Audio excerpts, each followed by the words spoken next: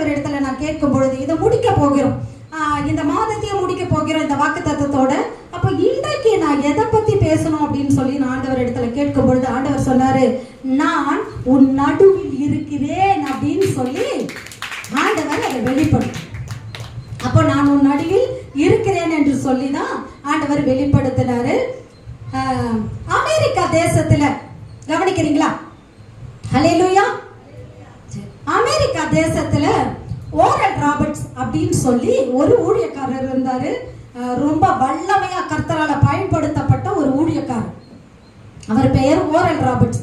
அந்த ஓரல் ராபர்ட்ஸ்க்கு அவங்களுடைய தாயோடைய வயிற்றுல இருக்கும் பொழுது, தாயினுடைய கர்ப்பத்துல இருக்கும் பொழுது அந்த தாய் என்ன செஞ்சாங்களா, பக்கத்து வீட்டுல ஏதோ சத்தம் கேட்குது அப்படின்னு சொல்லி வேகமா என்ன விஷயம் அப்படின்னு சொல்லி பக்கத்து வீட்டுல ஏதோ அலறல் சத்தம் கேட்ட உடனே அவர்களை காப்பாற்றும் விதமாக, இவங்க நிறை மாத கர்ப்பிணி, காப்பாற்றும் விதமாக இவங்க என்ன பண்ணாங்கன்னா பக்கத்து வீட்டுக்கு போக பார்த்தாங்க. ரொம்ப தூரம், அந்த காம்பவுண்டை சுத்தி போனோம்னா ரொம்ப தூரம்.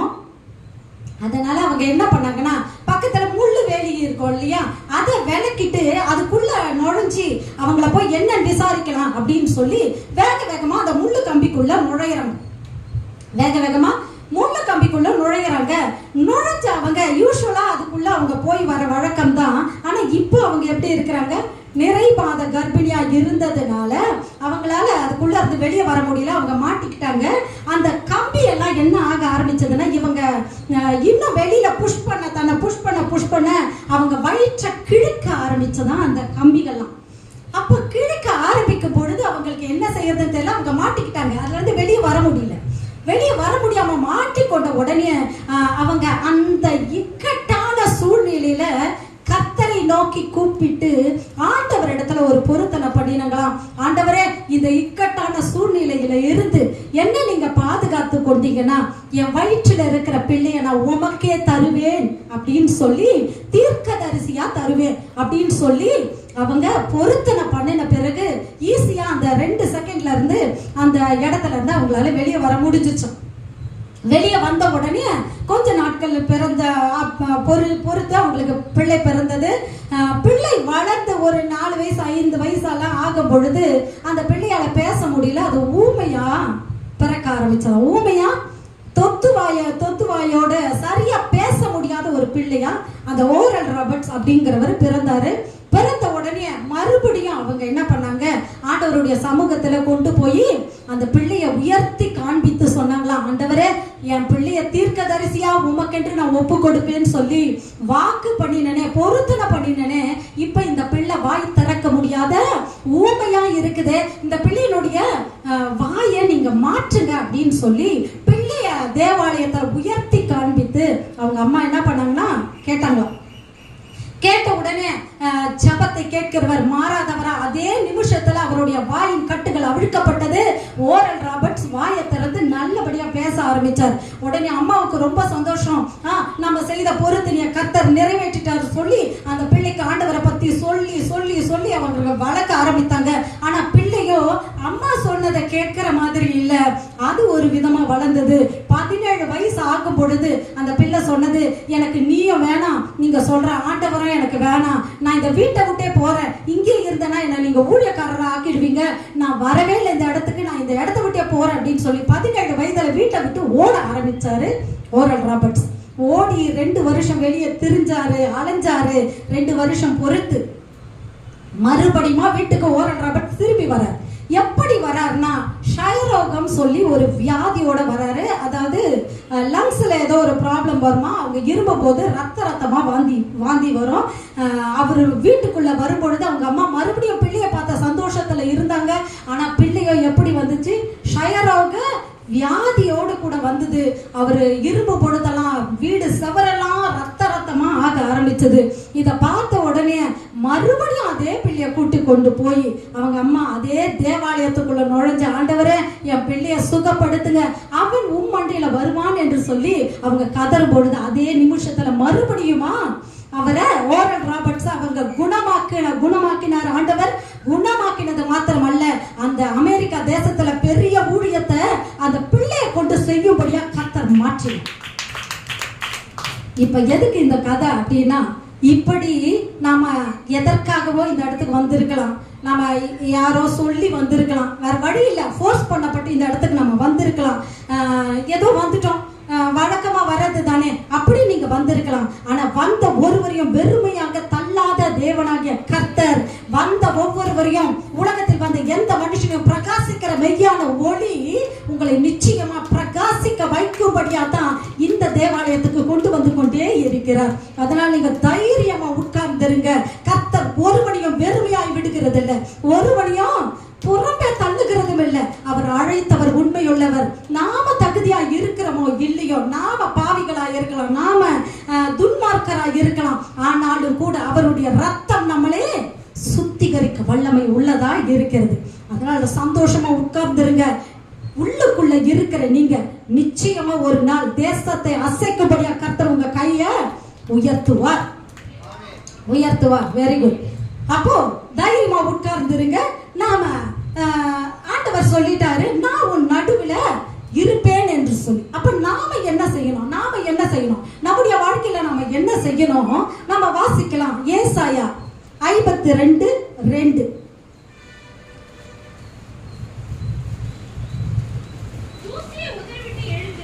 தூசியை உதறிவிட்டு எழுந்திரு, வீற்றிரு, சிறைப்பட்டு போன சீயோன் குமாரத்தியே உன் கழுத்தில் உள்ள அவிழ்த்து விடு. எஸ், போதுமா, கழுத்தில் உள்ள கட்டுகளை அவிழ்த்து விடு. அப்போ ஆண்டவர் இடத்துல நான் கேட்கும் பொழுது, உன் நடுவுல நான் இருக்கிறதற்கு நீ ஒரு காரியத்தை செய்யணும், நீங்க ஒரு காரியத்தை செய்யணும். அது என்ன காரியம்? தூசியை உதறிவிட்டு எழுந்திரு, தூசியை உதறிவிட்டு எழுந்திரு. இன்றைக்கு இங்க வந்திருக்கிற அநேகரை எனக்கு ஆண்டவர் சொன்னபடியே சோர்ந்து போய் உங்களுடைய ஆவி வந்திருக்கிறத நான் அறிந்து கொண்டு இருக்கிறனோ இல்லையோ, கர்த்தர் நிச்சயமா அறிந்து கொண்டு இருக்கிறார். உங்களுடைய சோர்த்து போன ஆவி இன்றைக்கு ஓட போது. சோர்த்து போன ஆவிக்கு பதிலாக அவர் துதியின் உடையையும் அவர் கொடுக்க போகிறவராய் இருக்கிறபடியினால, மகிமையின் உடையையும் அவர் கொடுக்க போகிறவராய் இருக்கிறபடியினால நீங்க நிமிர்ந்து உட்கார்ந்து ஆண்டவருடைய வார்த்தைகளை கேளுங்க. இன்றைக்கு ஆண்டவர் நமக்கு கொடுத்த வார்த்தை, தூசியை உதறிவிட்டு எழுந்திரு. தூசியை உதறிவிடுறது அப்படின்னா என்னது? தூசினா என்னது? நம்ம மேல சில டஸ்ட் எல்லாம் படிஞ்சிருக்கு, அதெல்லாம் உதறது தான். அப்படி இல்ல, 119 சங்கீதம் 25 கூட இவ்விதமா நம்ம வாசிப்போம். என்னன்னு வாசிப்போம் தெரியுமா? என் ஆத்துமா மண்ணோடு ஒட்டி கொண்டு இருக்கிறது, உம்முடைய வார்த்தையின்படியே என்னை உயிர்ப்பியும். உம்முடைய வார்த்தையின்படியே என்னை, உம்முடைய வசனத்தின்படியே என்னை உயிர்ப்பியும். அதான் சொன்னேன். அப்போ நம்ம நல்லா கவனிக்கலாம். தூசியை உதறி விட்டு எழுதுரு அப்படின்னா என்ன அர்த்தம்? தூசி அப்படின்னா மண்ணுன்னு அர்த்தம். என்ன அர்த்தம்? மண்ணுன்னு அர்த்தம். தூசினா என்னது? மண்ணுன்னு அர்த்தம். நம்முடைய சரீரம் இருக்குது இல்லையா? நம்முடைய ஒவ்வொருவருடைய சரீரம் இருக்குது. அதுல ஆவி, ஆத்மா, சரீரம் இருக்குது. அதுல சரீரம்னு ஒண்ணு இருக்குது இல்ல, அதைத்தான் இங்க குறிப்பிடப்படுது மண்ணுன்னு சொல்லி. ஆவி, ஆத்மா, சரீரம் மூன்றும் நிறைந்ததுதான் ஒரு மனுஷன் இல்லையா? நம்முடைய வாழ்க்கையில நம்மளுக்கு ஒரு ஆவி இருக்குது, ஒரு ஆத்மா இருக்குது, ஒரு சரீரம் இருக்குது. இது மூன்றும் நிறைந்ததுதான் நம்முடைய சரீரம். அப்போ இந்த ஆத்மான்னு ஒண்ணு இருக்குது இல்லையா, அது கர்த்தர் தந்த ஆவியோடு இணைத்து கொண்டுச்சுன்னா அது ஆவிக்குரிய மனுஷன். ஆனா இந்த ஆத்மா கர்த்தர் தந்த சரீரத்தோடு இணைந்து கொண்டிருச்சு. சரீரம் ஒண்ணு சொல்லும், ஆவி ஒண்ணு சொல்லும். நம்ம வாழ்க்கையில நம்ம பார்த்திருக்கிறோம்ல, சரீரம் ஒண்ணு சொல்லும், ஆவி ஒண்ணு சொல்லும். கர்த்தருக்கு பிரியமானது ஆவி சொல்லும், கர்த்தருக்கு பிரியமில்லாததை சரீரம் சொல்லும். எதை சார்ந்து கொண்டு இருக்கிறோமோ அதுவா நம்ம மாறி போவோம்ன்றது நமக்கு எல்லாம் தெரியும் இல்லையா? அதைத்தான் இந்த இடத்துல சொல்லப்படுது, உன் தூசியை உதறி விட்டு எழுந்துரு. அப்படின்னா என்ன அர்த்தம்? மண்ணோட நீ ஒட்டாத. மண்ணுனா எது? இந்த சரீரம். இந்த சரீரத்தோட நீ ஒட்டாத. நீ எதோட ஒட்டணும்? ஆவியோடு கூட நாம சார்ந்து இருக்கணும், கர்த்தருடைய ஆவியோடு நம்ம இணைத்து இருக்கணும் என்று சொல்லி கர்த்தர் ஆசை உள்ளவராய் இன்றைக்கு இருக்கிறார். My soul clingeth to the dust. இன்னைக்கு நம்ம மண்ணோடு இணைந்து இருக்கிறவர்களா அல்ல, மாறாக மகாராஜாவோடு நாம இணைந்து இருக்கிறவர்களா இன்றைக்கு நம்ம மாற போகிறோம்.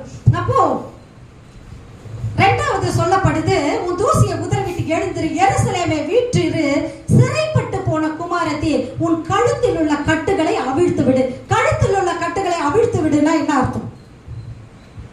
கழுத்தில் உள்ள கட்டுகளை அவிழ்த்து விடு அப்படின்னா என்ன அர்த்தம்னா, நல்லா கவனிங்களேன். ஒவ்வொரு மனுஷனுமே நாம யாருக்கு கீழ்பட்டு இருக்கிறோமோ நம்முடைய கழுத்து அவர்களுக்கு கொடுக்கப்படும். நம்முடைய கழுத்து அவர்கள். இப்ப உலக பிரகாரமா நம்ம சொல்லலாம், ஒரு கம்பெனியில வேலை செய்யறோம்னா நம்ம அந்த கம்பெனிக்குள்ள என்ட்ராகும் போது எதை மாட்டிக்கிட்டு போனோம்? உன் கழுத்துல அது தொங்கியே ஆகணும். ஸ்கூலுக்கு போறோம்னா எதை மாட்டிக்கிட்டு போனோம்? அவங்களுக்கு அடிமைன்னு கூட கிடையாது, அவர்களுக்கு கீழ்பட்டு இருக்கிறேன் என்பதை தெரிவிக்கிறதுக்காக உங்க கழுத்து ஒப்பு கொடுக்கப்படுது. எங்க ஒப்பு கொடுக்கப்படுது? இங்க ஸ்கூலுக்கு போனாலோ, காலேஜ் போனாலோ, இல்ல கம்பெனிக்கு போனாலோ, இல்ல வேற ஒரு இன்ஸ்டிடியூட்குள்ள போனாலோ, நீங்க எதை சார்ந்து இருக்கிறீங்க? இல்ல ஒரு விசேஷத்துக்கு நீங்க போறீங்கன்னு கூட வச்சுக்கோங்களேன். ஒரு விசேஷத்துக்கு போறீங்க, பயங்கரமா உங்களை சீஃப் கெஸ்டா கூப்பிட்டா கூட உங்களுக்கு உங்க கழுத்துல ஒண்ணு மாட்டப்போம். அப்போ நம்முடைய வாழ்க்கையில யாருக்கு கீழ்பட்டு இருக்கிறோமோ அவர்களுக்கு நம்முடைய கழுத்து ஒப்பு கொடுக்கப்படும். இன்றைக்கு இந்த மண்ணோடு கூட நம்ம ஒப்பு கொடுக்கப்படாதபடிக்கு, இந்த மண்ணோடு கூட அடைப்பட்டு இருக்காதபடிக்கு உன்னுடைய கழுத்தில் உள்ள கட்டுகளை அவிழ்த்து விடு என்று சொல்லி ஆண்டவர் சொல்றார். இன்றைக்கு நம்ம எதை அவிழ்த்தணும்? கழுத்துல இருக்கிற கட்டுகளை அவிழ்க்கும்படியா ஆண்டவர் சொல்றார். அப்போ எஸ்தர் அப்படின்னு சொல்லி ஒரு ராஜாத்தி இருக்கிறாங்க. நம்மளுக்கு எல்லாருக்குமே நல்லா தெரியும் இந்த இன்சிடென்ட். அந்த எஸ்தர் ராஜாத்தி இருக்கிறாங்க. அவங்க கழுத்துல ஒரு கட்டு இருக்குது. யாருடைய கட்டு? யாரு? அவங்களுடைய கணவர் பெயர் என்ன? Very good. ஆமா, தேங்க்ஸ்மா. அகாஸ்வேரு ராஜாவுடைய கட்டு அவங்க கழுத்துல இருக்குதா? அப்ப அகாஸ்வேரு ராஜா என்ன சொல்றாரோ அதன் படித்தான் யார் செய்யணும்? எஸ்தர் ராஜாத்தி செய்யணும். அகாஸ்வேரு ராஜா சொல்றதெல்லாம் செய்யும்படியா, அவரை பிரியப்படுத்தும்படியா, அவரை மேன்மைப்படுத்தும்படியா, அவரை சிறந்திருக்கும்படியா, அதையே சிந்தித்து கொண்டு இருக்கும்படியா யார் யோசிக்கணும்? எஸ்தர் யோசிக்கணும். ஆனா எஸ்தரை கொண்டு போய் அந்த அரண்மனைக்குள்ள விடுறாங்க. எஸ்தர் ராஜாத்தி என்ன செய்யறாங்க தெரியுமா? அரண்மனைக்குள்ள விட்ட பிறகு எஸ்தர் ராஜாத்தி தன்னுடைய கழுத்தை யாருக்கு கொடுக்கறாங்க? அகாஸ்வேரு ராஜாவுக்கு கொடுக்கறாங்க. ஆனா அகாஸ்வேரு ராஜாவுக்கு கொடுத்த மாத்திரத்துல அவர்களுக்கு ஒரு அழைப்பு வருது.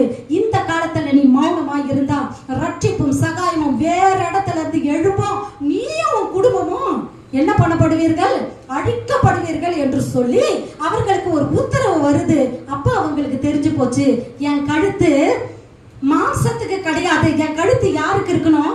ஆவிக்குரிய இடத்துக்கு இருக்கணும். அப்போ மகாராஜாவினுடைய சித்தத்தை நிறைவேற்றும்படியா எஸ்தர் தன்னுடைய கழுத்தை கொடுக்க ஆரம்பித்தார்கள். அப்போ அவங்க எதை முறிச்சு போட்டாங்க?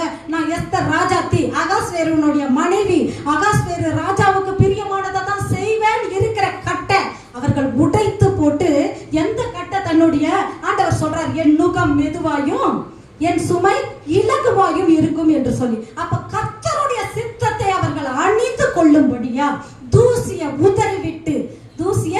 உதறிவிட்டு அவர்கள் எதை போட்டுக் கொள்ளுகிறாங்க? கர்த்தருடைய சித்தத்தை நிறைவேற்றி முடிக்கிற ஒரு காரியத்தை கழுத்து மேல போட்டுக்கொள்றாங்க. அப்படி போட்டு கொண்ட பிறகு, அப்படி வைத்து கொண்ட பிறகு கர்த்தர் தம்முடைய சித்தத்தை எஸ்தர் ராஜாத்தியை கொண்டு செய்து முடிக்கிறார். அப்படி இன்கேஸ் எஸ்தர் ராஜாத்தி தன்னுடைய கழுத்தை கொடுக்கலினா சொன்னபடியே எஸ்தர் ராஜாத்தி அவங்க குடும்பம் அழிந்திருக்கும். வேறொருவர் கழுத்தை கர்த்தர் அவருக்கென்று எடுக்க ஆரம்பித்திருப்பார். அப்போ நம்முடைய கழுத்தெல்லாம் இன்னைக்கு யார்கிட்ட இருக்குது? ஆண்டவர் சொல்றாரு, உன் கழுத்தில் உள்ள கட்டுகளை உனக்கு சிறைப்பட்டு போன குமாரத்தியே, உன் கழுத்தில் உள்ள கட்டுகளை அவிழ்த்து விடு. அப்ப இன்னைக்கு யாருடைய கட்டு நம்ம கழுத்துல இருக்குது? அப்ப நம்முடைய கழுத்து யாருக்கு உடன்பட்டு கொண்டு இருக்கிறது? எதை செய்யறதுக்காக 24 மணி நேரமும் நாம பிரயாசப்பட்டு கொண்டு இருக்கிறோம்? எதை செய்யறதுக்கு? இன்றைக்கு நம்ம ஓட்டுகிற ஓட்டமா இருக்கட்டும், நம்ம செய்கிற வேலைகளா இருக்கட்டும், எதை செய்யும்படியா நம்முடைய கழுத்தை கொடுக்கிறோம் அப்படிங்கிறத ஜாக்கிரதையா நம்ம பார்க்க போகிறோம். சொன்னது போலவே இன்றைக்கு தூசிய உதறிவிட்டு எழுந்துரு. நம்ம உட்கார்ந்து இருந்தது போதும். நான் சோர்ந்து போய், நான் துவண்டு போய், ஏன் நம்ம சோர்ந்து போறோம், ஏன் நம்ம துவண்டு போறோம்னா மாம்சத்தையே நோக்கி பார்த்து இல்ல மாம்ச காரியங்களே சிந்தித்து கொண்டு இருக்கும் பொழுது நமக்கு சோர்வு தான் வரும். நான் சொல்றது கரெக்டா? மாம்சமான காரியங்களையே நீங்க ஆவியிலேயே இருந்தீங்கன்னு வச்சுக்கோங்களேன், நீங்க உயர்ந்திருந்தாலும் தாழ்ந்திருந்தாலும் நீங்க சந்தோஷமா இருப்பீங்க. ஃபார் எக்ஸாம்பிள் நான் சொல்றேன் பாருங்களேன். யோசேப்பு என்கிற ஒரு மனுஷன் இருந்தார். அவர் எங்க இருந்தாரு? 2 வருஷம் சிறைச்சாலைக்குள்ள இருந்தார். அவரோடு கூட கர்த்தர் தங்கி இருந்தான்னு போட்டிருக்கு. சிறைச்சாலையில யோசேப்போடு கர்த்தர் இருந்தார். அப்போ நம்ம உயர்ந்து இருக்கிறோமா தாழ்ந்து இருக்கிறோமா இல்ல, ஏதோ ஒரு சித்தத்துக்கு ஆண்டவர் ஏதோ ஒரு இடத்துல நம்ம வைத்து இருக்கிறார். அந்த இடத்துலயும் நம்ம கழுத்தை யாருக்கு தான் நம்ம நீட்டி கொண்டு இருக்கணும்?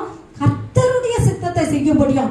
அவர் அந்த இடத்துலயுமே கர்த்தருக்கு பிரியமா அவர் அந்த சிறைச்சாலைக்குள்ள வாழ்ந்தபடியினால தான் அங்க இருக்கிற பானபத்திரக்காரருடைய சித்தத்தை எல்லாத்தையுமே அவரால் வெளிப்படுத்த முடிந்தது. அவர் கர்த்தரோட இருந்ததால தான். அங்க போய் யோசேப்புக்கு கோபம் வந்துருச்சு. அங்க போய் நான் இப்படி உண்மையா உத்தமமா இருந்தனே, என்ன நீங்க கண்டுக்கவே இல்லையே, எனக்கு ஒரு மேன்மையான இடத்தை கொடுக்கலையே, நீங்க கண்டுக்காம என்ன சிறைச்சாலைக்குள்ள போட்டீங்களே, நான் இங்க வந்து கிடக்கிறேனே அப்படின்னு அவர் புலம்பிக் கொண்டு இருந்தாருங்கன்னு வச்சுக்கோங்களேன். கர்த்தருடைய சித்தமும் நடந்திருக்காது, யோசேப்புடைய தலையும் உயர்ந்திருக்காது, எந்த காரியமே நடந்திருக்காது.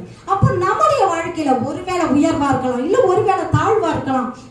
நாம கழுத்தை யாருக்கு கொடுத்து கொண்டு இருக்கிறோம்? நம்முடைய கழுத்துல இல்ல கட்டு. யாருடைய கட்டு? கர்த்தருடைய கட்டா இருந்தா இது இலகுவாகும், அது மெதுவாயும் இருக்கும். அப்ப நம்ம யாருடைய கட்டுக்குள்ள நாம இன்றைக்கு உட்கார்ந்து இருக்கிறோம்? சிறைப்பட்டு போன குமாரத்தியே, உன் கழுத்தில் உள்ள கட்டுகளை அவிழ்த்து விடு. ஏன் அவிழ்க்கணும்? அதை உடைக்கும்படியா, அதை அவிழ்க்கும்படியா. நீங்க ஏற்கனவே சொல்லியிருப்போம். இந்த பிசாசு பிடிச்சவங்க எல்லாம் பாத்தீங்கன்னா உங்களுக்கு தெரியும், அவங்களுக்கு கழுத்து வலிக்குதுன்னு சொல்லுவாங்க. இங்க இருந்து ஸ்டார்ட் பண்ணி அப்படியே முதுகுக்கு பரவும் அந்த வலி. எந்த பிசாசு பிடிச்சிருந்தாலும் அவங்களுக்கு முதல் வலி கழுத்துல தான் வரும். அந்த வலியோட தான் அவங்க இருப்பாங்க. ஒரு பிசாசு பிடிச்சிருந்தாங்கன்னா அவங்களுக்கு கழுத்து தான் என்ன பண்ணும்? வலிக்க ஆரம்பிக்கும். அந்த வலி ஏன் நிக்காது அப்படின்னா, பிசாசு தன்னுடைய நுகத்தை அவங்க கழுத்து மேல வைக்கிறதுனால தான் அந்த கட்டு அவர்களுடைய கழுத்துல இருக்கும். இன்றைக்கு யார் வந்திருக்கிறீங்களோ, யாருடைய கழுத்துல எல்லாம் பிசாசினுடைய சாத்தானுடைய, ஒரு சிலருக்கு வெளியே தெரியலாம், ஒரு சிலருக்கு வெளியே தெரியாம போகலாம். ஆனா இன்றைக்கு கர்த்தர் யாருடைய நுகத்தை எல்லாம் முறிக்கணும்னு சொல்லி அவர் சித்தமுள்ளவராய் இருக்கிறாரோ, வீட்டுக்கு திரும்பும் போது எல்லா நுகமும் முறிக்கப்பட்டு கர்த்தருடைய நுகத்தை சுமந்து கொண்டு நம்ம வீட்டுக்கு போகும். அப்போ எஸ்தர் ராஜாத்தி தன்னுடைய வாழ்க்கையை யாருக்கு கொடுத்தாங்கன்னா கர்த்தருக்கு கொடுத்தாங்க. ரொம்ப முக்கியமா கர்த்தருக்கு கொடுத்தாங்க. அதனாலதான் நடுவர் சொல்றாரு, வணங்கா கழுத்துள்ள ஜனங்கள் அப்படின்னு சொல்றாரு இல்லையா? அது இதுதான் அர்த்தம். வணங்கா கழுத்து, அவருடைய சித்தத்தை ஏற்றுக்கொள்ள மனதில்லாத ஜனங்கள், அது பேர் தான் அது, வணங்கா கழுத்துள்ள ஜனங்கள் என்று சொல்லு. சரி, இப்போ நாம தாவீதுக்கு வரலாம். நான் அதான் சொன்னேன், ஆவியானவர் ஒருவரு. மாமா எதை பேசணும்னு ஆசைப்படுறாரோ அதுவே தான் கர்த்தர் எனக்குமே வெளிப்படுத்தினார். சோ கர்த்தர் எதை சொல்லணும் அப்படின்னு சொல்லி, எதை பத்தி பேசணும், எதை உங்களோடு பகிர்ந்து கொள்ளணும்னு அவர் ஆசை உள்ளவராய் இருக்கிறாரோ அதை பற்றி தான் கர்த்தர் பேசுவார். அப்போ இன்றைக்கு தாவீதை பத்தி தான் நம்ம பார்க்க போகிறோம். தாவீது என்று சொல்லி ஒரு மனுஷர் இருக்கிறாரா? தாவீது என்று சொல்லி ஒரு மனுஷர் இருக்கிறாரு. அந்த மனுஷர் எப்படிப்பட்ட மனுஷனா இருந்தார் அப்படின்னா, ஒரு பெரிய வித்தியாசம் சவுலுக்கும் தாவீதுக்கும் இருந்தது. அது என்ன வித்தியாசம் தெரியுமா? அது என்ன வித்தியாசம்னா, அது இந்த வித்தியாசம் தான். கர்த்தர் விரும்புறத தன் கழுத்து மேல ஏற்றுக்கொள்றதும், கர்த்தர் விரும்பாதத சவுல் ஏற்றுக்கொண்டதுதான் அந்த பெரிய வித்தியாசம். அந்த வித்தியாசத்தை பத்தி தான் இன்றைக்கு நாம பார்க்க போகிறோம். சரியா? சரி, 1 நாளாகமம் 14 தான் படிக்க வேண்டாம். 14 தான் தாவீதை கர்த்தர் ராஜாவாக திடப்படுத்துறார். 1 நாளாகமம் 14 தான் தாவீதை கர்த்தர் ராஜாவாகவே திடப்படுத்துறார். அதுக்கு முன்பாக அவர் எங்க இருக்கிறாரு? அவருடைய ஓட்டம் எங்க இருக்குது? குகைகளிலும் மலைகளிலும் ஓடி திரிந்து கொண்டிருக்கிறார். அந்த இடங்களிலும் அவர் பாடல்களை பாட ஆரம்பிக்கிறார். நமக்கெல்லாம் தெரியும் இல்லையா? அவர் பாடல்கள் எல்லாம் பாட ஆரம்பிக்கிறார். குகையில ஒளிந்து கொண்டு இருக்கும் பொழுது எழுதின சங்கீதம், அந்த ராஜாவுக்கு வேஷம் மாறின போது எழுதின சங்கீதம், சோஷானின் அப்படிங்கிற ராகத்துல எழுதின சங்கீதம், ஆரோகண சங்கீதம், தாவீதுனுடைய போதக சங்கீதம், இப்படி ஓடின பிறகு எழுதின சங்கீதம், அப்படின்னு சொல்லி ஒவ்வொரு சங்கீதமா என்ன பண்றாருன்னா தாவீது ராஜா எழுதுற இல்லையா, தாவீது ராஜா எழுதுற.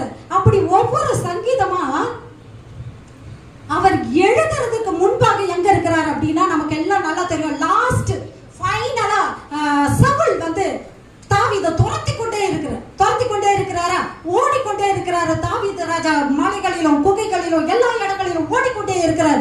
ஓட ஓட சவுல் துரத்த கடைசியில ஒரு குகையில போய் மாட்டிக்கொள்றாரு. யாரு? தாவீது மாட்டிக்கொள்றாரு. மாட்டிக்கிட்டு அதாவது சுத்தி வளைச்சிட்டாங்க, அந்த குகையை சுத்தி வளைச்சிட்டாங்க. அவரை கொல்ல போகும் பொழுது ஆண்டவரை நோக்கியே பார்த்து கொண்டிருக்கிற தாவீதை விடுவிக்கும்படியா பெலிஸ்தர் இடத்துல இருந்து சவுளுடைய நாட்டுக்கு சவுல் இங்க வந்துட்டாரு இல்லையா, இஸ்ரவேலை வந்து போர் தொடுக்கும்படியா நிறைய பேர் பெலிஸ்தியர்கள் வந்துட்டாங்க தேசத்து மேல அப்படின்னு சொல்லி கிட்ட தாவீதை பிடிக்க வரும் பொழுது சவுலுக்கு வந்து அறிவிக்கப்படுது. சவுல் அந்த இடத்தை விட்டு போறாரு.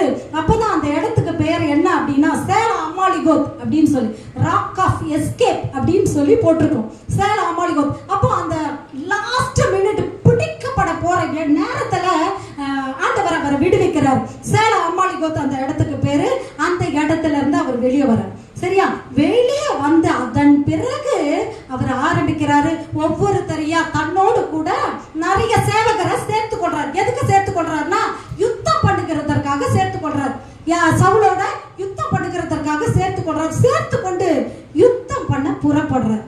இப்ப இந்த யுத்தம் பண்ண புறப்படுற இந்த நேரத்துல நீங்க யோசிச்சு பாருங்க, கொஞ்சமா யோசிச்சு பாருங்க.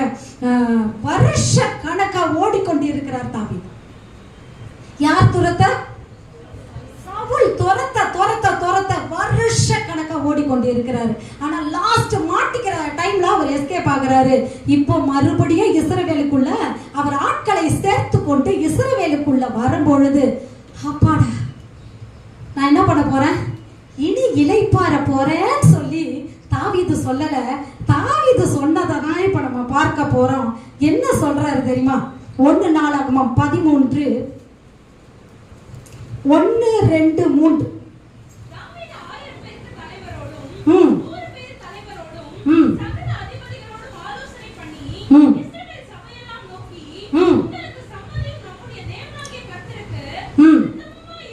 சித்தமாக இருந்தால்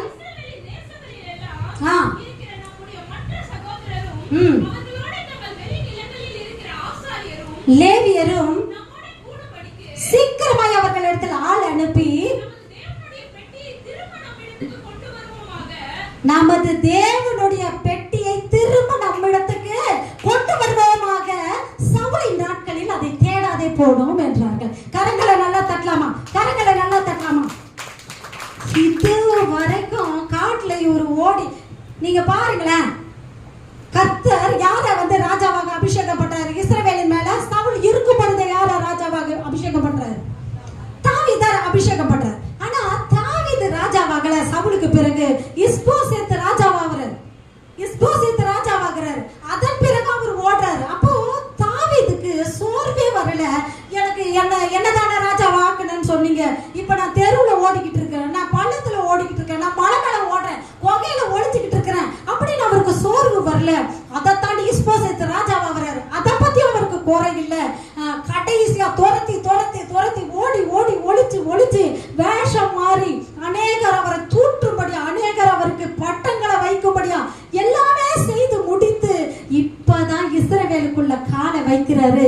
அவர் இருதயம் எதை நோக்கி இருக்கிறதுனா கர்த்தருடைய பெட்டியை நம்ம இடத்துக்கு கொண்டு வருவேனாக அப்படின்னு சொல்லி தாவீது ராஜா அங்கலாய்க்கிறார். தாவீது ராஜா சவுலின் நாட்களில் அதை நாம் தேடாம போகணும். ஒரு பெரிய டிஃபரன்ஸ் என்னன்னா இதுதான். சவுலுக்கும் தாவீதுக்குமான டிஃபரன்ஸ் என்னன்னா அவர் தேவனுடைய பெட்டியை தேட ஆயத்தமாயிருந்தார். தேவனுடைய பெட்டியை தேட ஆயத்தமாயிருந்தார். இத சவுல் தேடல. சவுல் எதை தேடினார்? என்னை விட்டு ஒருவேளை இந்த ஜனங்கள் போயிடுவாங்களோ ஜனங்களை தேடிக்கொண்டிருந்தார். என்னை விட்டு ஒருவேளை இந்த நபர்லாம் என்னை விட்டு போயிடுவாங்களோ, ஐயோ போக கூடாது, ஆசாரியர் வரதுக்கு முன்னாடியே பலியிடலாம், அதெல்லாம் போக கூடாது அப்படின்னு சொல்லி பலியிட ஆரம்பிக்கிறார். எதற்காக? மனுஷர்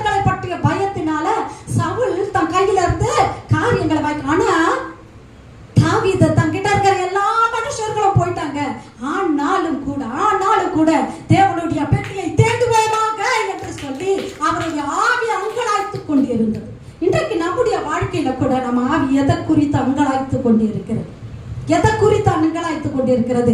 நம்ம இன்னும் வாசிக்கலாம். நம்முடைய தாவீது ராஜா, அதனால தான் அவரை கர்த்தர் சொல்றாரு, அவன் என் இருதயத்துக்கு ஏற்றதை எல்லாம் அவன் நிறைவேற்றுவான், என் இருதயத்துல இருக்கிறபடியெல்லாம் அவன் நிறைவேற்றுவான் என்று சொல்லி தாவீதை பத்தி ஆண்டவர் சொல்றாரு. இன்னும் நம்ம வாசிக்கலாம். 1 நாளாகமம் 13:4-8 கவனமா வாசிக்கலாம். இந்த காரியம் ஜனத்தின் பார்வைக்கும் செம்மையா இருந்தபடியால் எஸ் சபையார் எல்லோரும் அப்படியே செய்வோம் என்றார்கள். எஸ் அப்படியே தேவனுடைய பெட்டியை கீரியாத் யாரீமில் இருந்து கொண்டு வரும்படி தாவீது எகிப்தை சேர்ந்த கோர் நதி துவங்கி ஆமாத்தின் எல்லை மட்டும் இஸ்ரவேலை கூட்டி அடுத்தது கேருபீன்களின் நடுவே வாசம் பண்ணுகிற கர்த்தராகிய தேவனுடைய பெட்டியை யூதாவில் இருக்கிற கீரியாத் யாரீமுக்கு அடுத்த பாலாவில் இருந்து கொண்டு வரும்படிக்கு அவனும் இஸ்ரவேலர் அனைவரும் அவ்விடத்திற்கு போனார்கள். கேருபீன்கள் நடுவே வாசம் பண்ணுகிற கர்த்தராகிய தேவனுடைய நாமம் தொழுது கொள்ளப்படுகிற அவருடைய பெட்டியை கொண்டு வரணும் அப்படின்னு சொல்லி அந்த இடத்துக்கு போறாங்க. எந்த இடத்துல நம்மளுக்கு ஞாபகம் இருக்கா? யாருடைய காலத்துல பெட்டி பிடிக்கப்பட்டு போச்சு? ஏலியுடைய காலத்துல. ஏலி அதை கேட்ட உடனே தான் மேல இருந்து விழுந்து தன்னுடைய ஓப்பனி பிள்ளைகாச 2 பிள்ளைகளோட கூட அவரு 2 பிள்ளைகளை மறித்து போறாங்க. அவரும் மறிக்கிறாரு. இக்கபோத்து பிறக்க ஆரம்பிக்கிறார் இல்லையா? அந்த நேரத்துல தான் பெட்டி பிடிக்கப்பட்டு போச்சு. அதை தேடிக்கொண்டு தாவீது போறார். அது வரைக்கும் அதை தேடுவார் இல்லை. அது வரைக்கும் அதை தேடுவார் இல்ல. சவுல் வந்தாரு ராஜாவா, பெட்டியை தேடல. அவர் தனக்கான மகிமையை அவர் தேடிக்கொண்டு இருந்தார். தனக்கான ராஜாங்கத்தை அவர் தேடிக்கொண்டு இருந்தார். மேல வாசிக்கலாமா? அடுத்து அவர்கள் தேவனுடைய பெட்டியை அபினதாபின் வீட்டிலிருந்து ஒரு புது ரதத்தின் மேல் ஏற்றி கொண்டு வந்தார்கள். ஊசாவும் அகியாவும் ரதத்தை நடத்தினார்கள். தாவீதும் சகல இஸ்ரவேலரும் தங்கள் முழு பலத்தோடும் தேவனுக்கு முன்பாக சுரமண்டலங்களையும் தம்புர்களையும் மேளங்களையும் கைத்தாளங்களையும் பூரிகைகளையும் சேவித்து மகிழ்ச்சியாய் ஆடி பாடினார்கள். மகிழ்ச்சியா ஆடி பாடி தேவனுடைய பெட்டியாங்கிறது கொண்டு வராங்க. நமக்கு அப்புறம் தெரியும், ஊசா என்ன பண்ணுவாருன்னா கையை நீட்டி அதை பிடிப்பாரு, அவர் அடிக்கப்படுவாரு. எல்லாமே நம்மளுக்கு தெரியும் இல்லையா? இதெல்லாம் தெரிஞ்ச பிறகு இன்னும் கூட தாவீது அந்த இடத்துல இருந்து அந்த பெட்டியை எடுத்துக்கொண்டு அவருக்கு தெரிஞ்சு போச்சு. ஊசா அடிக்கப்பட்ட உடனே அவருக்கு தெரிஞ்சு போச்சு. அவருக்கு என்ன தெரிஞ்சு போச்சு? பெட்டிய வந்து இதுக்கப்புறம் நம்ம வீட்டுக்கு கொண்டு போக முடியுமா முடியாதான்னு தெரியல. அதனால இது யார்கிட்ட இருக்கட்டும், ஓபேத்ஏதோம் வீட்டுக்குள்ள அது இருக்கட்டும் அப்படின்னு சொல்லி அந்த இடத்துல வச்சுட்டு அவர் இன்னொரு இடத்துக்கு போகிறாரு. அதுக்கப்புறம் அவருக்கு யுத்தங்கள் தொடங்க ஆரம்பிக்குது. பெலிஸ்தர் தாவீது மேல யுத்தம் பண்ண ஆரம்பிக்கிறாங்க. நம்ம வாசிக்கலாம் 1 நாளாகமம் 14:11. அவர்கள் பாகால் பெராசிமுக்கு வந்தபோது தாவீது அங்கே அவர்களை முறியடித்து தண்ணீரில் உடைந்தோடுகிறது போல தேவன் தன் கையினால் என் சத்துருக்களை உடைந்தோட பண்ணினார் என்றான். அது நிமித்தம் அந்த ஸ்தலத்திற்கு பாகால் பெராசிம் என்று பெயரிட்டார்கள். அங்கே அவர்கள் தங்கள் தெய்வங்களை விட்டு ஓடி போனார்கள். தாவீது கற்பித்தபடி அவைகள் அக்கினியாலே சுட்டெரிக்கப்பட்டன. நல்ல கவனிக்கல. ஒரு இடத்துக்கு போறாரு. அந்த இடத்துல வந்து பெலிஸ்தர் அவர் மேல வராங்க. கர்த்தருடைய ஒத்தாசை அவர் கேட்டுக்கொண்டு என்ன பண்றாருன்னா, கர்த்தர் இடத்துல ஆண்டவரே நான் அந்த இடத்துக்கு போகிறேன், என்னோட வாங்கன்னு சொல்லி அவர் ஒத்தாசையை கேட்டுக்கொண்டு போறாரு. அந்த இடத்துல கர்த்தர் ஒரு பெரிய ஜெயத்தை அவருக்கு கொடுக்கிறாரு. அவருடைய சத்துருக்கள் எல்லாம் எப்படி போறாங்களாம்? தண்ணீர்கள் உடைந்தோடுகிறது போல அவருடைய சத்துருக்கள் உடைந்து ஓடப்படுவதை அவர் கண்ணு பார்க்குது. எப்படி ஓடப்படுது? தண்ணீர்கள் உடைந்து ஓடப்படுது. இது என்ன தண்ணீர் உடைந்து ஓடுறது? தண்ணீர் எப்படி உடைஞ்சோடும்? ஏதோ ஒரு பைப்ல வந்து ரொம்ப நேரமா அமுக்கி பிடிச்சி இந்த டக்குன்னு விட்டா என்ன பண்ணும்? தெரிச்சு ஓடும் இல்லையா? அது போல தண்ணீர்கள் உடைந்தோடுகிறது போல தாவீதோட சத்துருக்கள் எல்லாம் உடைஞ்சு ஓடிட்டாங்க. அந்த இடத்துக்கு என்ன பேரா? பாகால் பெராசிம். இங்கிலீஷ்ல பால் பெராசிம் அப்படின்னு இருக்கும். பாகால் பெராசிம் அப்படின்னு சொல்லி அந்த இடத்துக்கு பேர் இருக்குது. சரி, அப்போ நம்ம எதெல்லாம் தாண்டி வந்துட்டோம்? சேலம் அம்மாளிகோ தாண்டி வந்துட்டோம். பால் பெராசிம் பாகால் பெராசிம தாண்டி வந்துட்டோம். இன்னுமா 1 நாளாகமம் 14:12 அவைகள் சுட்டரிக்கப்பட்டன. 1 நாளாகமம் 14 15 1-2 வாசிமா. அவன் தனக்கு தாவீதின் நகரத்தில் வீடுகளை உண்டாக்கி தேவனுடைய பெட்டிக்கு ஒரு ஸ்தலத்தை ஆயத்தப்படுத்தி அதற்கு ஒரு கூடாரத்தை போட்டான்.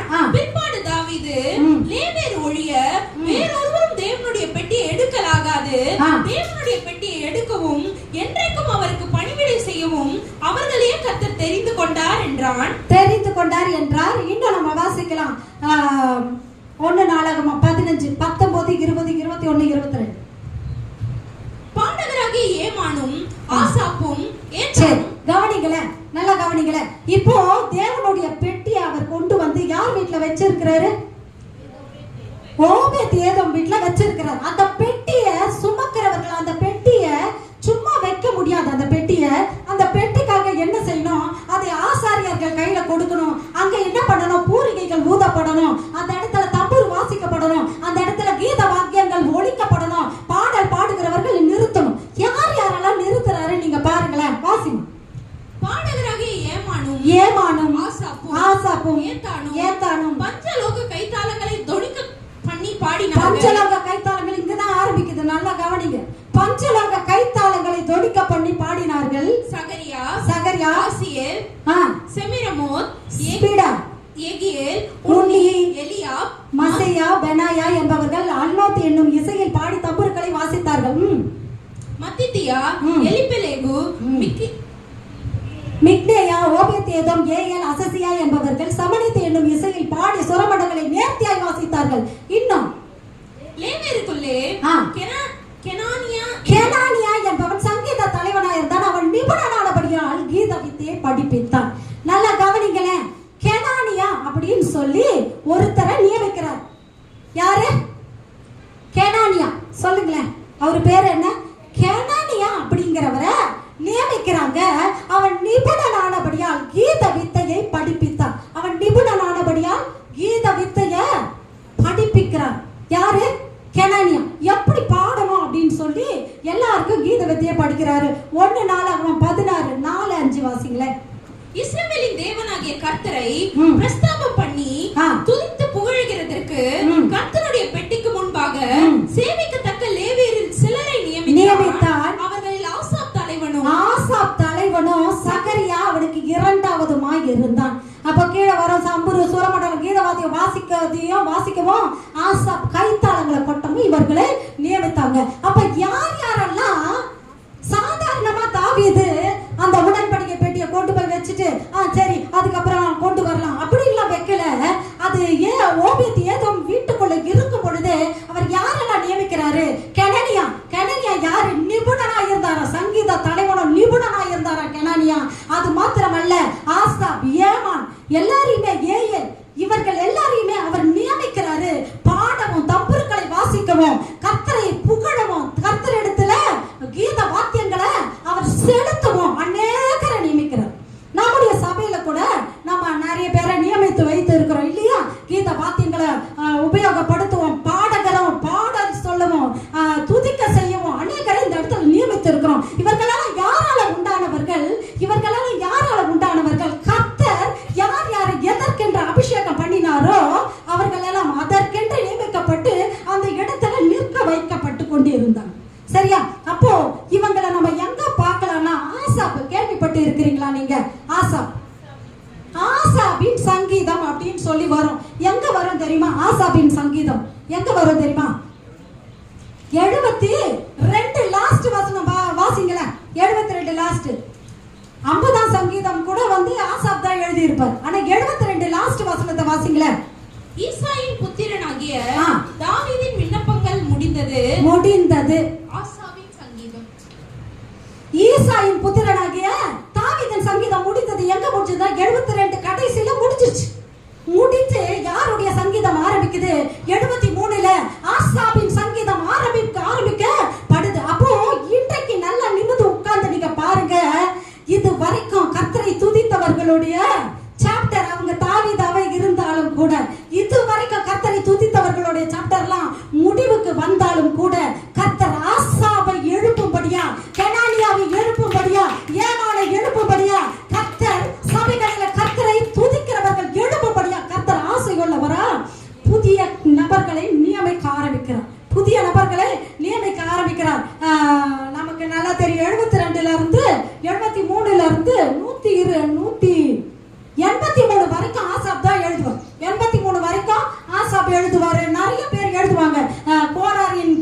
இருக்கக்கூடிய சங்கீதம்னு இருக்கும். யாருக்காவது தெரியுமா சாலமோன் எழுதின சங்கீதம் எத்தனையாவதுன்னு? யாருக்காவது தெரியுமா? 127. அந்த வசனமே அப்படிதான் இருக்கும். கர்த்தர் வீட்டை கட்டாராகில். ஏன்னா அவரு சாலமோன் தேவாலயம் கட்டுகிறவர். கர்த்தர் வீட்டை கட்டாராகில், கட்டுகிற ஒரு பிரயாசம் இருந்தார். அவர் எழுதுறதுல தப்பே இல்லை. அவர் எதுக்காக நியமிக்கப்பட்டாரோ அதை பத்தி தான் அவர் எழுத ஆரம்பிச்சு வச்சிருக்கிறார்.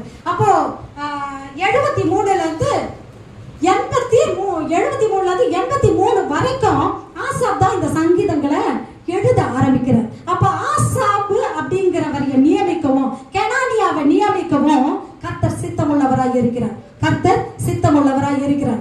இப்படி நிறைய ஊழியக்காரரையும் பாடகரையும் தம்புரு வாசிக்கிறவர்களையும் இசை வாசிக்கிறவர்களையும் மேளதாளங்களை வாசிக்கிறவர்களையும் அந்த உடன்படிக்கை பெட்டிக்கு பக்கத்துல நிறுத்தினாரு. அதற்கு ஒரு கூடாரத்தை தாவீது போடுறார். அதற்கு ஒரு கூடாரத்தை தாவீது போடுறாரு. அந்த கூடாரம் எப்படி இருந்தது தெரியுமா? நம்ம வாசிக்கலாம். எபிரேயர் 9:1-2-3.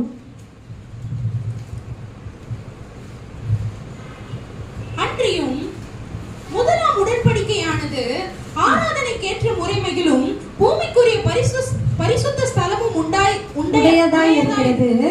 எப்படி எனில் ஒரு கூடாரம் உண்டாக்கப்பட்டிருக்கிறது. அதன் முந்தின பாகத்தில் குத்து விளக்கு. நீங்க தான் இப்ப சொல்லணும், சரியா? முந்தின பாகத்துல என்னென்ன இருக்குது? குத்து விளக்கு, மேஜை, தேவ சமூகத்து அப்பம். சரியா? நம்ம தேவாலயம் எப்படி இருக்கும்? வெளி பிரகாரம் இருக்கும், உட்பிரகாரம் இருக்கும். உட்பிரகாரத்துல தண்ணி தொட்டி, அப்புறம் அந்த பலிபீடம் 3 இருக்கும் இல்லையா? ஆசரிப்பு கூடாரம் எப்படி இருக்கும்? 3 இருக்கும். உட்பிரகாரம், பரிசுத்த ஸ்தலம், மகா பரிசுத்த ஸ்தலம். அந்த உட்பிரகாரத்துக்குள்ள நுழைஞ்சா தண்ணி தொட்டி, கைகளை கழுவுறதுக்கு, ஆசாரியன் கைகளை கழுவுறதுக்காக தண்ணி தொட்டி இருக்கும். அப்புறம் அந்த இடத்துல பலியிடுறதுக்கான இடம் இருக்கும், சாம்பலை போடுறதுக்கான இடம் இருக்கும். 2வது உள்ளுக்குள்ள, அதையும் தாண்டி உள்ள உட்பிரகாரத்தை தாண்டி என்ன இடமாது?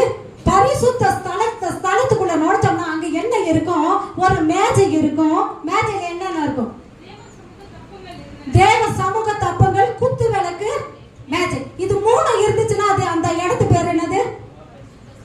ஹல்லேலூயா. இது 3 இருந்துச்சுன்னா அந்த இடத்து பேர் என்னது? பரிசுத்த ஸ்தலம். அடுத்த வசனம். 2ஆம் திரைக்குள்ளே மகா பரிசுத்த ஸ்தலம் எனப்பட்ட கூடாரம் இருந்தது. அதிலே பொன்னால் செய்த தூப கலசமும் முழுவதும் பொற்தகடு பொதித்திருந்த உடன்படிக்கை பெட்டியும் இருந்தன. அந்த பெட்டியிலே மண்ணா வைக்கப்பட்ட பொற்பாத்திரம், ஆரோனுடைய தளிர்த்த கோல், உடன்படிக்கை கற்பலகைகளும் இருந்தது. அப்போ மகா பரிசுத்த ஸ்தலத்துல என்ன மாத்திரம் தான் இருக்கும்? என்ன மட்டும் தான் இருக்கும்? தூப கலசமும் உடன்படிக்கை பெட்டி மட்டும் தான் இருக்கும். சரியா? சரியா? நல்லா கவனிக்கிறீங்களா? நல்லா கவனிக்கிறீங்களா? இதற்காகத்தான், இதை சொல்றதுக்காக தான் நம்ம தாவீது கிட்ட இருந்து நம்ம வந்து கொண்டே இருக்கிறோம். அப்போ இப்படித்தான் ஒரு ஆசரிப்பு கூடாரம் இருக்கும். ஆசரிப்பு கூடாரத்தோட உட்பிரகாரத்துல என்ன இருக்கும்? தண்ணி தொட்டி, பலியிடுறதுக்கான எல்லாம், அந்த மேடை எல்லாம் இருக்கும் இல்லையா? அடுத்தது என்ன இருக்கும்? பரிசுத்த ஸ்தலத்துக்குள்ள என்ன இருக்கும்? குத்து விளக்கு, மேஜை மேல சமூகத்து அப்பங்கள் இருக்கும் இல்லையா? குத்து விளக்கு பேர் என்ன தெரியுமா? மெனோரா அப்படின்னு சொல்லுவாங்க. 7 விளக்கு எரியும் அதுல, குத்து விளக்கு. அந்த மெனோரா எரியும். அதுக்கப்புறம் சமூக தப்பங்கள் இருக்கும், மேஜை இருக்கும். மகா பரிசுத்த ஸ்தலத்துக்குள்ள வந்து என்ன இருக்கும்? தூப கலசம், உடன்படிக்கை பெட்டி. உடன்படிக்கை பெட்டிக்குள்ள என்ன இருக்கும் நமக்கு தெரியும்? பொன்னால் செய்யப்பட்ட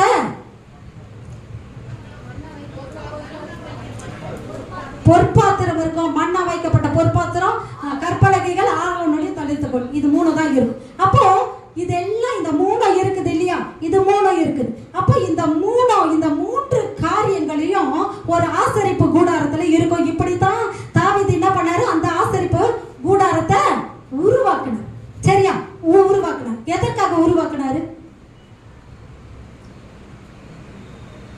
எதற்காக உருவாக்கினார்? உடன்படிக்கை பெட்டி வைப்பதற்காக, அதை பாதுகாப்பதற்காக. ஒரு தேவாலயம் எப்படி இருக்கும், ஒரு ஆசரிப்பு கூடாரம் எப்படி இருக்கும் அப்படின்னு சொல்லி தாவீது என்ன பண்ணாருன்னா இப்படி காண்பித்தார். சரியா? காண்பித்தாரா? சரி.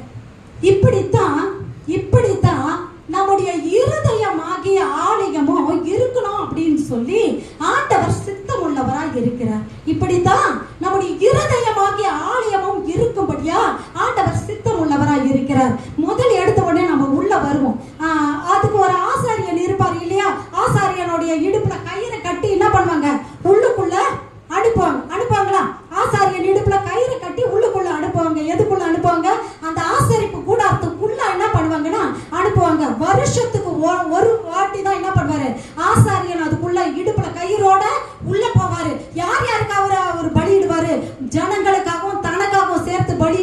ஒரே ஒரு தடவை தான் உள்ள போய் என்ன பண்ணுவாரு, அவர் பலியெல்லாம் செலுத்திட்டு அவர் வெளியே வர ஆரம்பிப்பார். சரியா, அவர் வெளியே வர ஆரம்பிப்பார். இதே போலத்தான் உங்களுடைய இருதயமும் என்னுடைய இருதயமும் இருக்க வேண்டும் என்று சொல்லி கர்த்தர் ஆசையுள்ளவராய் இருக்கிறார். கர்த்தர் ஆசையுள்ளவராய் இருக்கிறார். உடன்படிக்கையை பட்டியை தேடி அலைகிற ஒருவன் மாத்திரம் தான் உண்டு, அவர் தாவீது. அந்த உடன்படிக்கை பெட்டியை தேடி கண்டுபிடிச்சு அதை எந்த இடத்துல வைக்கணுமோ, இப்போ நம்முடைய வாழ்க்கையிலையும் உடன்படிக்கை பெட்டி எங்க இருக்குது? உடன்படிக்கை பெட்டி நத்திங் பட் கர்த்தராகிய ஆண்டவர். அவர் எங்க இருக்கணும்? நம்முடைய இருதயத்துக்குள்ள அவர் வாசம் செய்யணும். நம்முடைய இருதயத்துக்குள்ள அவர் தங்கி தரித்து இருக்கணும். அந்த உடன்படிக்கை பெட்டி எங்கதான் இருக்கணும்? என்னுடைய மகா பரிசுத்த ஸ்தலத்துக்குள்ள இருக்கணும். அப்ப வெளி பிரகாரத்துல உட்பிரகாரம்னு ஒரு இடம் இருக்கு இல்லையா, அது என்னது? என் சரீரம். உட்பிரகாரம் என்னது? போன உடனே இருக்கிறது என்னது? உட்பிரகாரம். அது என் சரீரம். அந்த சரீரத்துல டெய்லி என்ன பண்ணப்படணும்? தகனபடி இடப்பட்டு கொண்டே இருக்கணும். ஏன்னா என் சரீரம் சும்மா இருக்காது, ஏதாவது ஒண்ணுதான் அது செஞ்சுக்கிட்டே இருக்கும். என் வாய் பேசும், கண்டதை பார்க்கும், கண்டதை கேட்கும், தேவையில்லாத இடங்களுக்கு என் கால்கள் செல்லும். இது எல்லாம் அடிக்கடி கர்த்தருக்கு பிரியம் இல்லாததெல்லாம் செய்யற இடம் எது? உட்பிரகாரம். அதுதான் என்னுடைய மாம்ச சரீரம். மண்ணானது மண்ணுக்கே திரும்பும். அது கர்த்தருக்கு சித்தமானவைகளை யோசிக்காது, அது செய்யறதெல்லாம் செய்யும். அப்படி செய்யறதனாலதான் டெய்லி நாம என்ன பண்ணணும்? நாம என்ன செய்யணும்? பலி இட்டு கொண்டே இருக்கணும். அடிக்கடி டெய்லியுமே தினந்தோறும் பலி இட்டு கொண்டே இருக்கணும். நான் பிரேயர் பண்ண போய் உட்காரும் பொழுதெல்லாம் ஒரு சில நேரம் நானே கேட்பேன், ஒரு சில நேரம் ஆண்டவரே கேட்பாரு, நீ எப்படி இருக்கிறன்னு என்கிட்ட கேளு. யாருக்கெல்லாம் இந்த மாதிரி அனுபவம் இருக்குதுன்னு தெரியல. நீ எப்படி இருக்கிறன்னு என்கிட்ட கேளு பிரியான்னு கேட்பாரு. நான் நல்லா தானே இருக்கிறேன் அப்படின்னு நான் நினைச்சுக்கிட்டு போயிருப்பேன். ஆண்டவர் சொல்வார், மறை பொருள்களை கர்த்தர் வெளிப்படுத்துவார். நம்ம கண்ணுக்கு நம்ம செய்யற தப்பு தெரியவே தெரியும். நான் நல்லா இருக்கிறேன், நான் சூப்பரா இருக்கேன், என்ன மாதிரி யாரும் நம்ம நினைச்சுப்போம். ஆனா 1000 குறைகளையும் அதை குத்தி காட்டுறதுக்கு இல்ல, கர்த்தர் கொஞ்சமா நம்மளை பரிசுத்தமாக்கி கொண்டே இருக்கணும்ங்கிறது தேவனுடைய விருப்பமா இருக்கிறது. அவர் நம்மளை பரிசுத்தமாக்க அவர் ஆரம்பிப்பார். போய் கேட்கும் பொழுது ஆண்டவர் சொல்வார், பிரியா எனக்கு இது உன்னிடத்துல பிரியமா இல்லை, இதை மாற்று அப்படி சொல்வார். அதை நான் ஒப்பு கொடுக்கும் போது அதை ஒப்பு கொடுத்துட்டு செய்யாம இருப்பேன். நாம யாரு?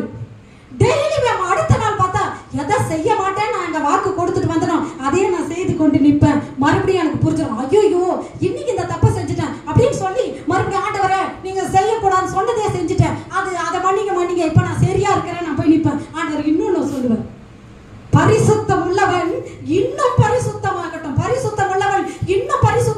நீதி செய்கிறவன் இன்னும் நீதி செய்யட்டும். கர்த்தர் வருகிறார், அவரோடு கூட அவருடைய பலங்கள் எல்லாம் வருகிறது. நாம செய்ய வேண்டியதுல ஒண்ணுதான், என் கை பரிசுத்தம் உள்ள கையா, என் கை கரை இல்லாத கையா, என்னிடத்துல எந்த மாசம் இல்லாதபடி, எனக்கு தெரிஞ்சபடி, எனக்கு புரிஞ்சிருக்கிற வரைக்கும் இல்லையா, நமக்கும் ஆண்டவருக்கும் இடையில எந்த குறைபாடும் வராதபடிக்கு என் கை பரிசுத்தம் உள்ளதாய் நான் உயர்த்தப்படுவதற்கு என்ன பண்ணணும்? ஆசரிப்பு கூடாரத்துல ஆண்டு தினமும் என்ன பண்ணப்படணும்?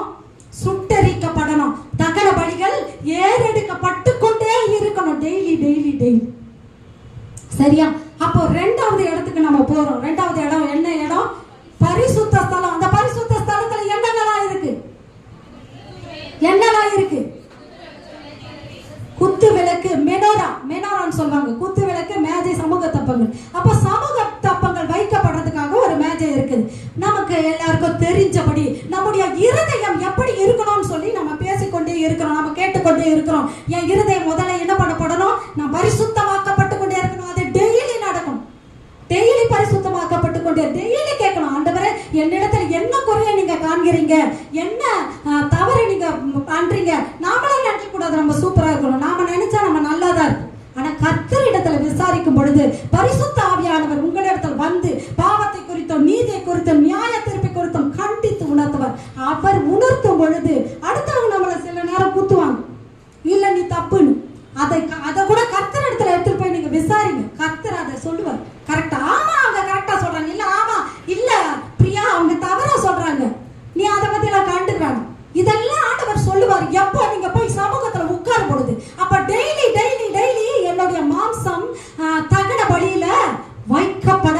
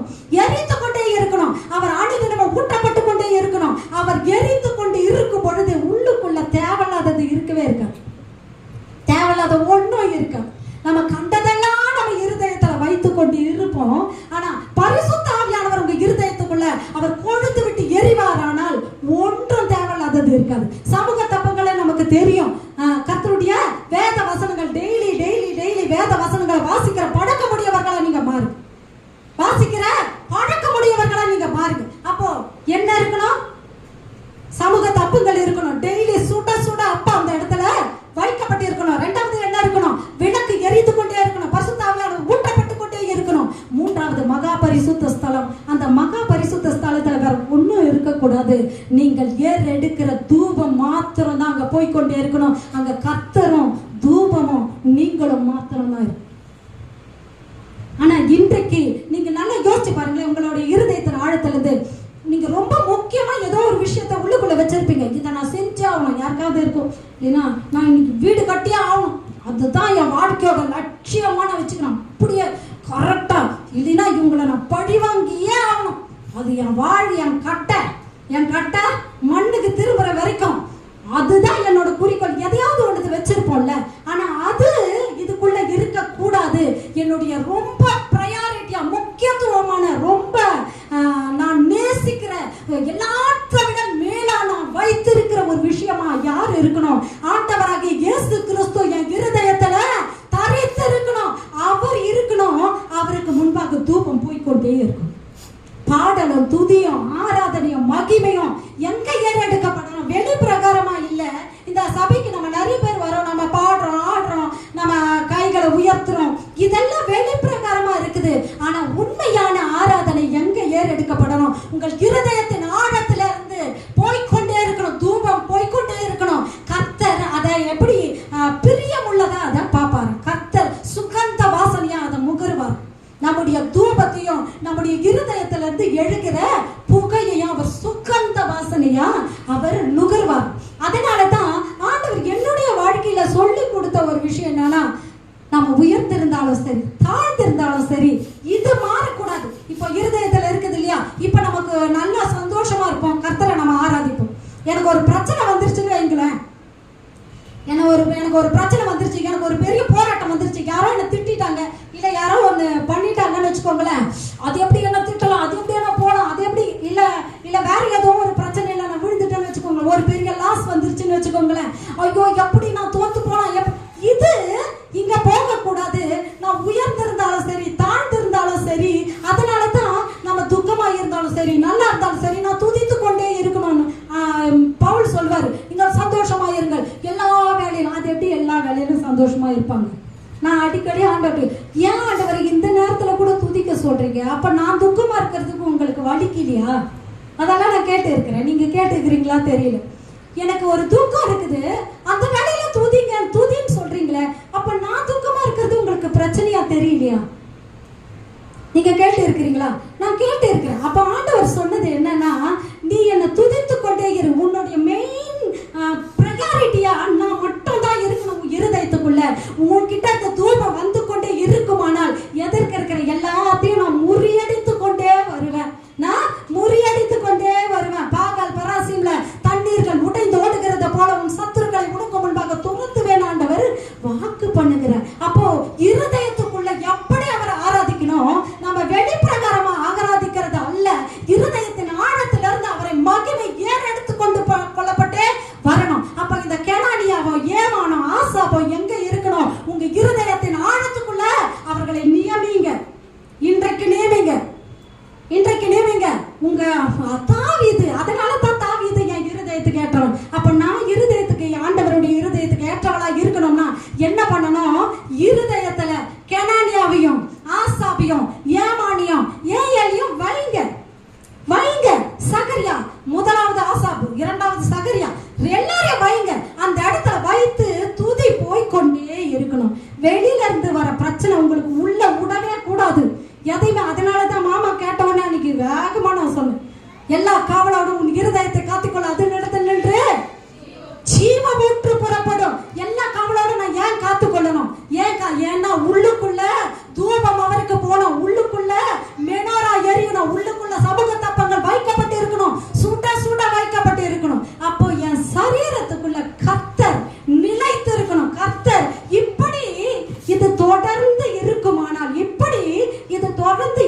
இப்ப நம்ம என்ன பண்ணுவோம் அப்படின்னு பாத்தீங்கன்னா, நமக்கு எல்லாருக்கும் தெரியும், இப்படித்தான் நம்ம எல்லாம் ஆசைப்படுவோம் கூட.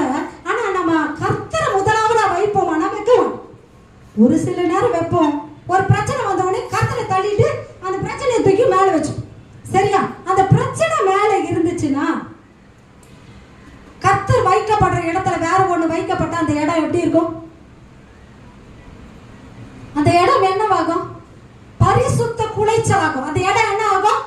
பரிசுத்த குலைச்சலாகும். அப்படி பரிசுத்த குலைச்சலா ஆயிருச்சுன்னா ஆயிருச்சுன்னா அங்க இருக்கிற ஆசாரியன் செத்து விழுவான். சகரியாவுடைய நாட்கள்ல நம்ம பார்த்தோம், அங்க இருக்கிற ஆசாரியன் என்ன பண்ணுவான்? செத்து விழுவான். அதுதான் நம்முடைய ஆவிக்குரிய மரணம் என்கிறது.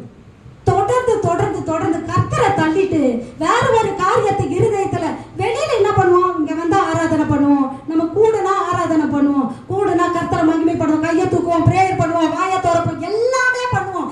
இருதயம் செத்து கிடக்கும். வெளியே தெரியவே தெரியும், நம்ம இருதயம் செத்து இருக்கிறது தெரியவே தெரியாது. ஆண்டவர் எனக்கு ஒரு சின்ன க்ளூ கொடுத்தார். நம்ம இருதயத்துல வந்து இந்த மாதிரி ஆசாரிய செத்து விழுந்து கிடக்கிறான்னு எப்ப தெரியும் தெரியுமா? எப்ப தெரியும் தெரியுமா? ஜெபிக்கணும்ன்ற உணர்வே எனக்கு இல்லைன்னா ஐயோ பிரேயர் பண்ணணும், அப்புறம் பார்த்துக்கலான்ற உணர்வு எனக்குள்ள இருக்குதுன்னா ஆசாரியன் உள்ள செத்து கிடக்குறான்னு அர்த்தம். அந்த ஆசாரியன் செத்து கிடக்குறான்னு தெரிஞ்ச அடுத்த செகண்ட் அந்த ஆசாரியனை வெளியே இழுத்துட்டு வேற ஒரு ஆசாரியன் உள்ள போகணும், தூபம் காட்டுறதுக்கு உள்ள போகணும். அப்ப இந்த ஆசாரியன் வெளியே இழுக்கப்படணும், உள்ளுக்குள்ள வேற ஒரு ஆசாரியன் தூபம் காட்டுறதுக்கு அனுப்பப்படணும். ஆனா நாம இருதயத்துல என்ன பண்ணுவோம்? அந்த ஆசாரியன் செத்து கிடந்தான்னா சாவம் கிடந்தாரு, அப்படியே அது என்ன பண்ணும்? உள்ளுக்குள்ள நாற்றம் எடுத்து அங்கே கிடக்கும். நாம வேற ஒரு இடத்துல நம்முடைய இருதயமும் கண்ணும் சிந்தையும் வேற ஒரு இடத்துல நோக்கி கொண்டே. அப்போ இன்றைக்கு என் இருதயம் எப்படி இருக்கணும்? இன்றைக்கு என் இருதயம் எப்படி இருக்கணும்? என் இருதயத்துக்குள்ள எப்படி இருக்குது நீங்க செக் பண்ணி பாருங்களேன். உங்களுக்கு பிரேயர் பண்ண வாஞ்சியா இருக்குதா? இல்லையா? இல்லைன்னா ஆசாரியனை மாத்தணும்னு அர்த்தம். ஏன் உங்களுக்கு பிரேயர் பண்ண வாஞ்சியா இல்ல? அந்த இடம் பரிசுத்த குலைச்சலா இருக்குது. கர்த்தர் இருக்கிற இடத்துல வேற ஒண்ணு நீங்க வைத்திருக்கிறீங்கன்னு அர்த்தம்.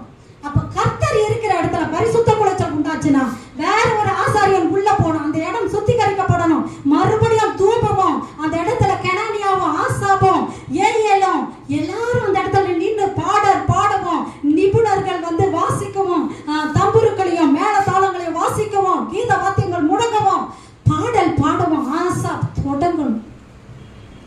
அதெல்லாம் எங்க நடக்கணும்? என் இருதயத்துக்குள்ள இருந்து நடந்துச்சுன்னா இன்றைக்கு நம்ம இருதயம் எப்படி செத்து கிடக்குது, எப்படி இருக்குது? அது உயிர் உள்ளதா இல்ல, பிரேயர் பண்ணோட உணர்வே இல்லை. அது நார்மல் தானே அப்படின்னு நம்ம நினைக்கிறோம். பிரேயர் பண்ணோம்னு நினைக்கலன்னா நார்மல் தான். நார்மல் இல்ல, அது அப்நார்மல். நல்லா ஞாபகம் வச்சுக்கோங்க. உங்களுக்கு பிரேயர் பண்ணோன்ற உணர்வே இல்லை. டெய்லி எப்ப நான் போய் ஆண்டவர், இப்போ உங்க வீட்டுக்குள்ள ஒரு குழந்தை இருக்குதுன்னு வச்சுக்கோங்களேன், சின்ன குழந்தை இருக்குதுன்னு வச்சுக்கோங்களேன், நீங்க எங்கேயோ வெளியே போயிருக்கிறீங்க, உங்க மனசெல்லாம் எங்க இருக்கும் தெரியுமா? மறுபடியும் எப்ப போய் வீட்டுக்கு போய் அந்த குழந்தை தூக்கி கொஞ்சம் போறேன், எப்ப போய் அந்த குழந்தைய தூக்கி கொஞ்சம் போறேன். இல்லைன்னா ஒரு சூப்பரான ஐஸ்கிரீம் உங்க அம்மா யாரோ இல்ல வீட்டுல ஏதோ உங்களுக்கு ரொம்ப பிடிச்சமான ஒரு பொருள் வீட்டுக்குள்ள இருக்குதுன்னு வச்சுக்கோங்களேன், உங்களுக்கு என்ன இருக்கும்? நான் எப்ப போய் அதை சாப்பிட போறேன், எப்ப வீட்டுக்கு போறேன், எப்ப போய் அதை பார்க்க போறேன், இதானே இருக்கும். ஆனா அந்த உணர்வே உங்களுக்கு இல்லைன்னா உங்களுக்கு அந்த குழந்தைக்கு சம்மந்தமே இல்லைன்னு அர்த்தம், இல்லையா?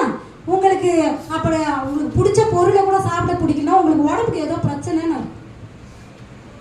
அப்போ இன்றைக்கு என் வாழ்க்கை, என் ஆவிக்குரிய வாழ்க்கை மறித்து போனதா இருக்குது. கர்த்தருடைய சமூகத்துல எனக்கு நாட்டம் இல்லை. பொறுமையா போலாம், இந்த பிரேயர் வேணாம், இன்னைக்கு போலீங்க இன்னொரு நாள் போலாம், இந்த வாரம் விட்டுட்டு வேற வாரம் போலான்ற எண்ணம் எனக்கு வருதுன்னா என் இருதயம், என் ஆசாரியன் எங்க கிடக்குறான்? செத்து கிடக்குறான்னு. அப்போ அந்த ஆசாரியனை இழுத்துட்டு அதை பரிசுத்த பண்ணி அந்த இடத்துல மேஜையையும் அந்த இடத்துல சமூக தப்பங்களையும் மெடாராவும் எரிய விடவும், அப்புறம் தூபங்கள் ஏறெடுக்கப்படவும் வைத்தோம்னா கர்த்தர் நம்மோடு கூட இருக்கிறான்னு அர்த்தம். ஆண்டவர் சொன்னாரு, நான் உன் நடுவில் இருக்கிறேன். ஆனா இருக்கிறேன்னு ஆசைப்படுறாரு. நம்ம இடம் கொடுத்தாதான் கர்த்தரால நம்ம இருதயத்துக்குள்ள வர முடியும். சும்மா ஆண்டவரை நான் மாறதுக்கு நான் உங்களுடைய பிள்ளை தானே, நான் ஏன் தோத்து போனேன்? இங்க 1000 வச்சிருப்போம், 1000 குப்பைகளை இந்த இடத்துல வச்சிருப்போம். நீங்க கிளீன் பண்ணுங்க, நீங்க கிளீன் பண்ணுங்க. வீட்டை கிளீன் பண்றோம், வாசலை கிளீன் பண்றோம், அதை கிளீன் பண்றோம், இதை கிளீன் பண்றோம். இன்றைக்கு நம்முடைய இருதயத்தை நம்ம கிளீன் பண்ண போறோம். அதுக்குள்ள கர்த்தர் மாத்திரம் தான் தங்கி இருக்கும், வேற ஒரு காரியமும் தங்கி இருக்கக்கூடாது. வேற ஒரு காரியம், குற்ற உணர்வு தங்கி இருக்கக்கூடாது, கசப்பு தங்கி இருக்கக்கூடாது, வைராக்கியம் தங்கி இருக்கக்கூடாது. கர்த்தரை ஆராதிக்கிற ஆராதனை மாத்திரம் தான் அதுக்குள்ள தங்கி இருக்கும். அப்போ நம்ம கடைசியா ஒரு காரியத்தை நம்ம வாசிக்க போறோம். நம்ம பார்த்தோம் இல்லையா, தாவீது அந்த அந்நிய தெய்வத்தை என்ன பண்ணாரா? சுட்டெரித்து போட்டார். நம்ம பார்த்தோம் இல்லையா, அந்நிய தெய்வம்னா என்னது? கர்த்தர் இருக்கிற இடத்துல வேற ஒரு காரியத்தை ரொம்ப இன்ட்ரெஸ்டா வச்சிருந்தோம்னா அது பேர் தான் என்னது? அந்நிய காரியம். அந்த காரியத்தை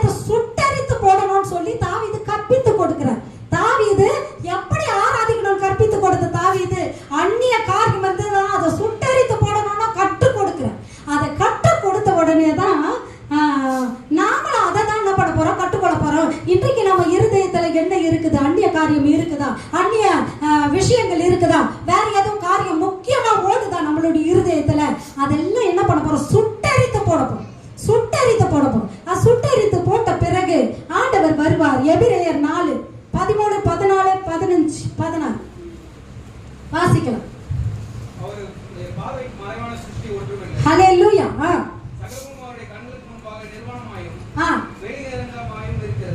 அவருக்கே நாம் கணக்கு ஒப்புவிக்க வேண்டும். வானங்கள் வழியாய் பரலோகத்திற்கு போன தேவகுமாரனாகிய இயேசு என்னும் மகா பிரதான ஆசாரியர் நமக்கு இருக்கிறபடியினால் நாம் பண்ணின அறிக்கையை உறுதியாய் பற்றுக் கொண்டிருக்க கடவும். நம்முடைய பலவீனங்களை குறித்து பரிதகிப்பிக்க கூடாத பிரதான ஆசாரியர் நமக்கு இராமல் எல்லா விதத்திலும் நம்மை போல சோதிக்கப்படும் பாவம் இல்லாதவராய் இருக்கிற பிரதான ஆசாரியரே நமக்கு இருக்கிறார். ஆதலால் நாம் இரக்கத்தை பெறவும் ஏற்ற சமயத்தில் சகாயம் செய்யும் கிருபையை அடையவும் தைரியமாய் கிருபாசன தண்டியில் சேர கடவோம். தைரியமாய் கிருபாசன தண்டியில் சேர கடவோம். இன்றைக்கு ஆசாரியன் ரத்தத்தை எடுத்துக்கிட்டு உள்ள போகணும். ரத்தத்தை எடுத்துட்டு போய் கிருபாசனத்து ஓரங்கள்ல வைக்கணும். இன்னைக்கு நாம ரத்தத்தை எடுத்துக்கிட்டு கிருபாசன தண்டையில நாம போக போறது இல்ல.